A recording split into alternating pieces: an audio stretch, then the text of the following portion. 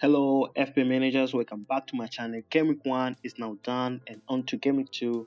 In this video, I'll be going through my game week 1 review, my transfer plans ahead of game week 2, and finally my game week 2 team selection. Subscribe if you're new around. I'll be posting FPL content throughout the season. Let's get started.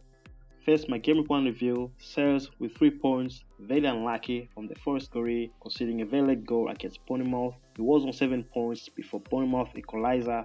The defense is Ban, Saliba and Trent. Newcastle was really unlucky after Shaw's red card, and in the end they managed to win and keep a clean sheet. Ban with 7 points have also been booked as well. Saliba, another strong defensive play for Arsenal with 6 points, and Arsenal still proved the best defensive side in the Premier League. They faced Aston Villa in game week 2, and Villa still lacks sharpness, but definitely it's a tough game for both sides. And finally, Trent with 8 points, a clean sheet and 2 bonus points. He had a solid performance in the weekend, and the way Liverpool play, he made offer more return this season compared to last season. The midfield is Smith Rowe, Jota, 𝐿 and Kulusevski. This is area where most of the players did have a mid-game week. For those who went to Salah, well played, but I picked Jota, who honestly did have a bad game week. 8 points with some decent minutes on the pitch. Smith Rowe with 3 points, 𝐿, Kulusevski both did blank with a single point each. The front three of Haaland, Isak and Solanke. Haaland with 7 points against Chelsea. Isak looked sharp against Southampton, and if it wasn't for the red card, I bet you have more than just an assist in that game. He was my captain as well with a total of 10 points. 54 points overall in game week 1, not a great game week for our team.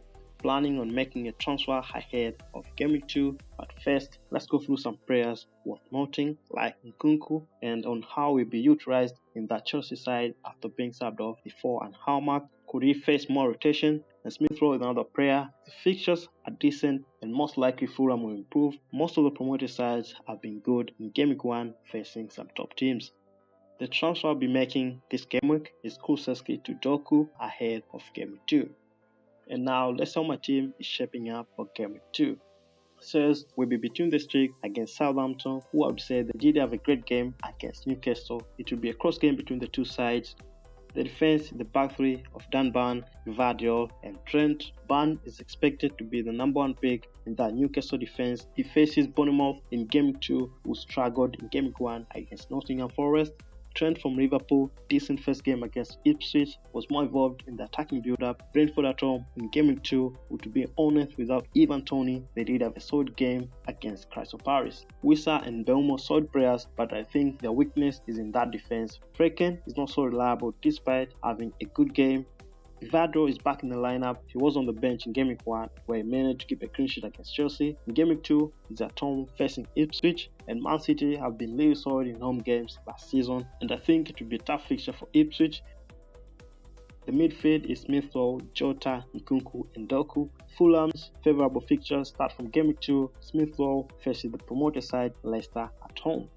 𝐿 from Chelsea, I still expect him to start majority of the game this season. Game week 1 was against the strong side Man City. Wolves struggled against Arsenal, especially in the second half, so looking to see how things play out in game week 2 for Chelsea. Doku is another player in our midfield. I've decided to take a punt on Doku for City against Ipswich. Lastly, in our midfield is Jota, who faces Brentford at home. The Portuguese forward with the player in my team expected to provide that cover of Salah. He did have a strong game week 1. My problem with Liverpool assets right now is it looks like no one is safe or being rotated, excluding the few like Salah, Trent and VVD. So hopefully we start against Brentford in game week 2. Up front is the front three of Haaland, Isak and Solanke. Haaland will be our captain for game week 2, where he faces Ipswich. Isak and Newcastle will be facing Bournemouth in game week 2. And last is Solanke from Spurs, who will be facing Everton at home. The bench is Saliba, who to be honest is still a good pick to start, and the rest are just enablers. Good luck for game week 2 and thanks for watching.